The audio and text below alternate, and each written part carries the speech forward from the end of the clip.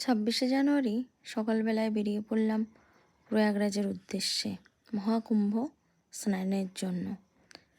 আমরা বাড়ির সবাই বেরিয়ে পড়লাম দুটো গাড়ি নিয়ে, কেননা ট্রেন বা প্লেনের টিকিট পাওয়া গেল না। অগত্যা গাড়িতেই বেরিয়ে পড়তে হলো এবং অনেকটা যাওয়ার পরে পৌঁছে গেলাম আশ্রমে মহাকুম্ভ। সেখানে গিয়েই বেরিয়ে পড়লাম মা গঙ্গার দর্শন করতে এবং পরের দিন সকালে গেলাম স্নানের উদ্দেশ্যে। দীর্ঘ 15 কিলোমিটার হাঁটার পরে পৌঁছে গেলাম সঙ্গমে। সঙ্গমে পৌঁছে স্নান করে নিলাম সবাই মিলে। জলে প্রথমে নেমে খুব ঠান্ডা লাগছিল, কিন্তু তারপরে উঠতেই ইচ্ছা করছিল না, এত ভালো লাগছিল স্নান করতে। এবং দূরে দেখলাম অনেক নৌকা, অনেকেই নৌকায় করে সঙ্গম স্থলে যাচ্ছে, কিন্তু আমরা আর যাইনি, কেননা ছেলে মেয়ে নিয়ে গেছিলাম তো, অনেক পরিবারের অনেক সদস্য, একটু ভয় ভয়ও লাগছিল, যার জন্য গেলাম না। স্নান করেই টিকা করে নিলাম, ছেলে একটু পুজো করলো, আমি একটু মা গঙ্গার আরতি করলাম, সঙ্গে সকলেই। খুব ভালো লাগছিল জানেন তো, কোনো কষ্টকেই তখন কষ্ট বলে মনে হচ্ছিল না, মনে হচ্ছিল কি শান্তি।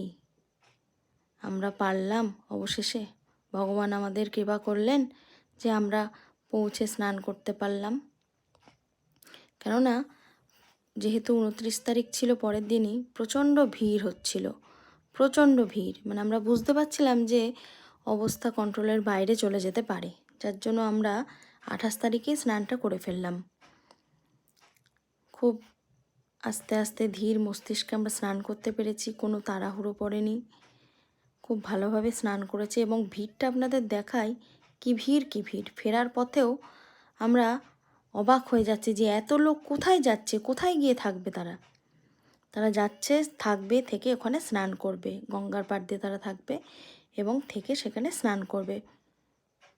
তারপরে আমরা টেন্টে ফিরে আসি খুব ক্লান্ত হয়ে, এবং পরের দিন গুরুদেবের আশীর্বাদ নিয়ে আমরা বেরিয়ে পড়ি বাড়ির উদ্দেশ্যে। এবং রাস্তায় এসে আমরা যে কী বিপদে পড়েছিলাম, 3 দিন গাড়িতে থাকার পরে আমরা বাড়ি আসতে পেরেছি। 1 দিন, 2 দিন, 3 দিন। প্রথম দিন ভাবলাম হয়তো পরের দিন পৌঁছে যাব, পরের দিন ভাবছি হয়তো একটু পরেই পৌঁছে যাব, কিন্তু না, এত জ্যাম, এত জ্যাম, এত জ্যাম। 2 দিন সারা রাত আমরা কেউ ঘুমাইনি, কিছু খাইনি, রাস্তাতেই আমাদের দিন কেটে গেছে।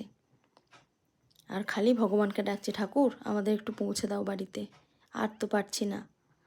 যাই হোক, অনেক কিছু স্মৃতি ভালো মন্দ নিয়ে আমরা বাড়ি ফিরে আসলাম।